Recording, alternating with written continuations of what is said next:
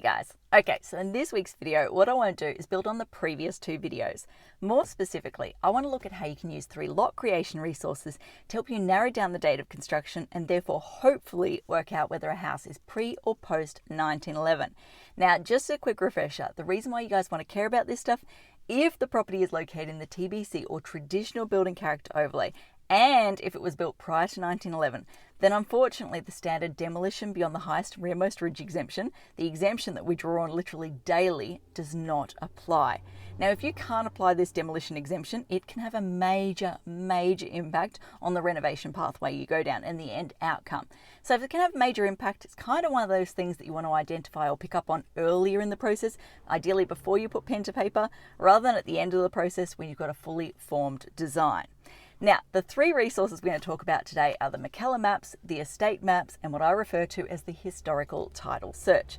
Now, I say what I refer to because it was one of those things that name or that description was ingrained in me from early on. It's not the technical or proper name, but it's just stuck with me ever since.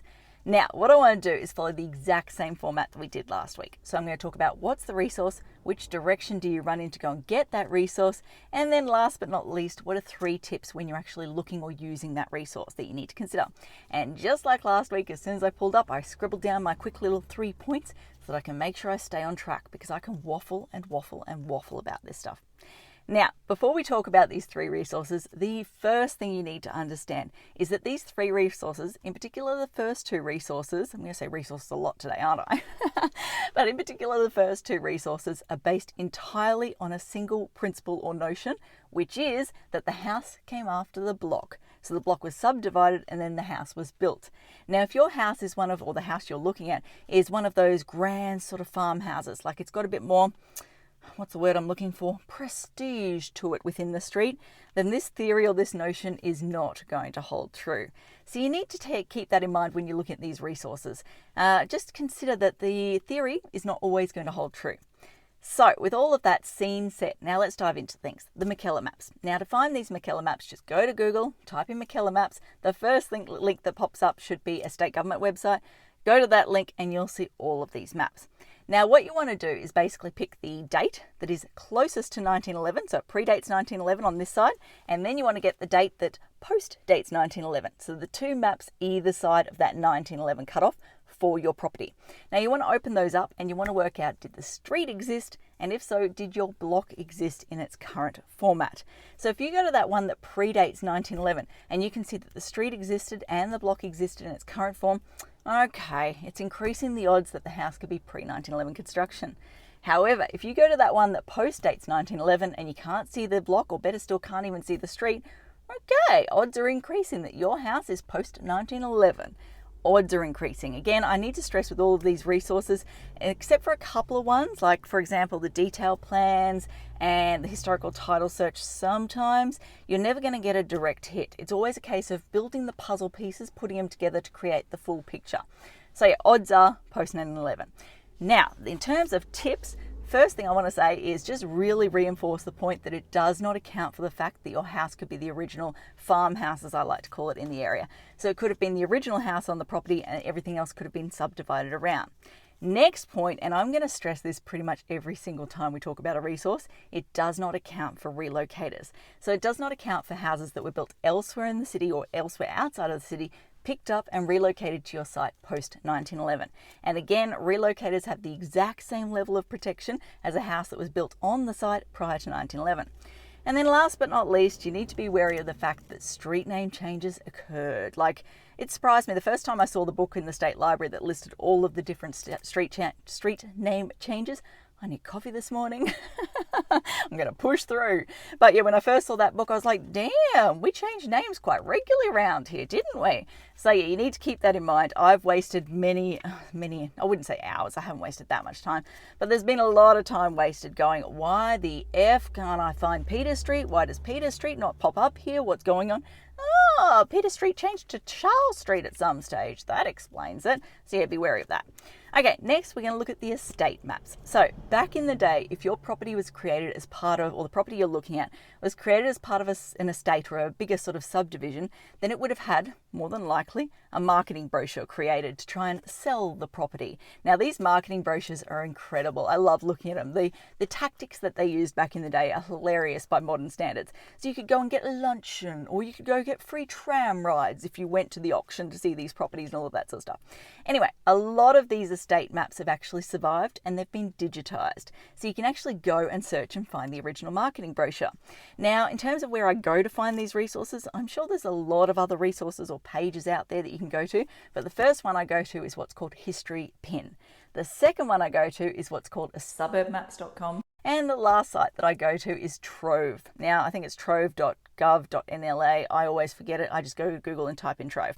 Anyway, I go to the 3 different resources because each one of those resources has different estate maps. So sometimes you'll find the estate map on all 3.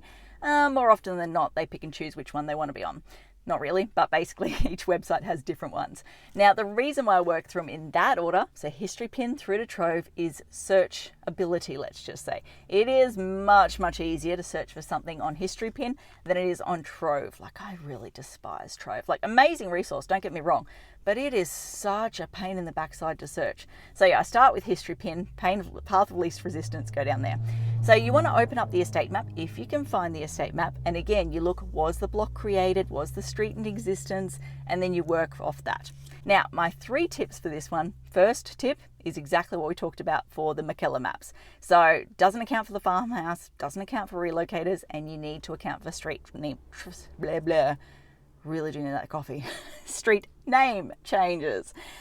Point number 2, you will find often that these estate maps do not have a year on them. So they'll have the date, might be like the 29th of August, but it won't say the actual date. So what you need to do then is go to Trove, type in the estate map, and again, I'm sure there's other websites you can go to, but I go to Trove, type in the estate map name, and see if you can find the original newspaper article promoting that estate, and then you get the date off that. And then last but not least, it's also worthwhile and handy to go and look at the surrounding estate maps. So don't just focus on the estate map that created your block or the block that you're looking at, focus on the surrounding ones, because often they will have a locality map on this marketing brochure. And if you go to the locality map, sometimes you'll see the location of surrounding houses or surrounding allotments and blocks. So you can use that in the same way. Okay, now we move on to, like I said, what I call the historical title search. Now with this one, you can get it through, I go through Titles Office, but I think you've got to search through museums. I say think because I go through a bit of a backdoor kind of weird, wonderful way. But I think if you go to museums, you can get the title reference there and then use the title reference from there to go through the titles website or SciTech or any of those other types of websites. Let's just, for simplicity's sake, you need to go to the titles website. You need to search for the historical title and you want to grab the one that was in place in 1911. Now, firstly, what you do is the same thing with the previous 2 resources. You want to look at when the actual site as it exists today was created, because odds are the house came after the block was created. However, the historical title searches are also very, very good in 2 other ways. Firstly, you want to work out who actually owned the block in 1911. And then you go and cross-reference that against the postal records. Now, the postal records is something we'll talk about probably in next week's video when we talk about the occupation resources. But yeah, you can cross-check the names there. Now, the second thing, or the third thing I should say that you can do is look at the mortgage stamp. So if it did have a mortgage stamp, was it taken out in the State Advances Corporation name or the Workers Dwelling Scheme name? If you can get a match for a construction-related body, then boom, there is your house date. Like that is one of those moments where you just go, I've got my answer. And it's very rare for me. I've only ever come across it, I think, twice so far. But if you can get one of those stamps, you just go, my work here is done, mic drop, I'm out, end of the story type thing. So yeah, you want to look at firstly, when was the block, or what did the block look like in 1911? Then try and match the names to the postal records. And then last but not least, can you find any mortgage-related or mortgage-related stamps that tie to the construction? Okay, let's push on. I'm going to get through this. Now, my 3 tips. Again, relocators, this historical title search does not account for those. When it comes to cross-referencing names from the historical title search against the postal records, you need to understand that it doesn't account for rentals. So it could be owned by an investor, rented to a different party, and therefore the 2 names are not going to match. And last but not least, be warned that the handwriting is incredibly hard to decipher. Like, I've spent so much time staring at these historical title searches and just going, I have no idea. I did hear the other day, I think I was talking to Marianne, the house detective, about this, and she said there is AI apps out there now that can start to decipher this handwriting. That is something I need to look into because that would make my life a bucket load easier. So those are the 3 resources, and I'm just checking the time. I'm under the 15-minute limit this week. Yes, I'm getting better at this. So they're the 3 resources. Like I said, they're primarily based on the idea that the house came after the block, which doesn't always hold true.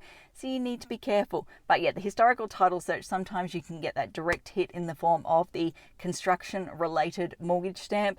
Or I have had situations where the owners' names have matched up, and therefore with the postal records, and again, we'll get to that next week, but with the postal records, that sealed the deal. But most of the time it's about building the puzzle pieces to try and work out on a balance of probabilities, is the house pre or post 1911. Okay, let's wrap this up. Next week, my plan is to cover, like I suggested, the occupation resources. So until next time, thanks for watching. For all you red tape lovers out there, I have one thing to say. Well, no, actually, I've got 3. Number 1, the advice provided in these videos is general in nature. It's not site-specific. You would be a silly Billy to go and make financial decisions based on this advice without first checking with the town planner. Don't be a silly Billy. Number 2, Brisbane town planning is in no way linked to Brisbane City Council. The views expressed in these videos are my own, not council's. So if you don't like them, blame me, not council. Number 3, what was my number 3? Oh yeah, the views expressed in these videos are accurate at the time of recording. If you're watching this video back 10 years from now, the views may not be so accurate. That's all.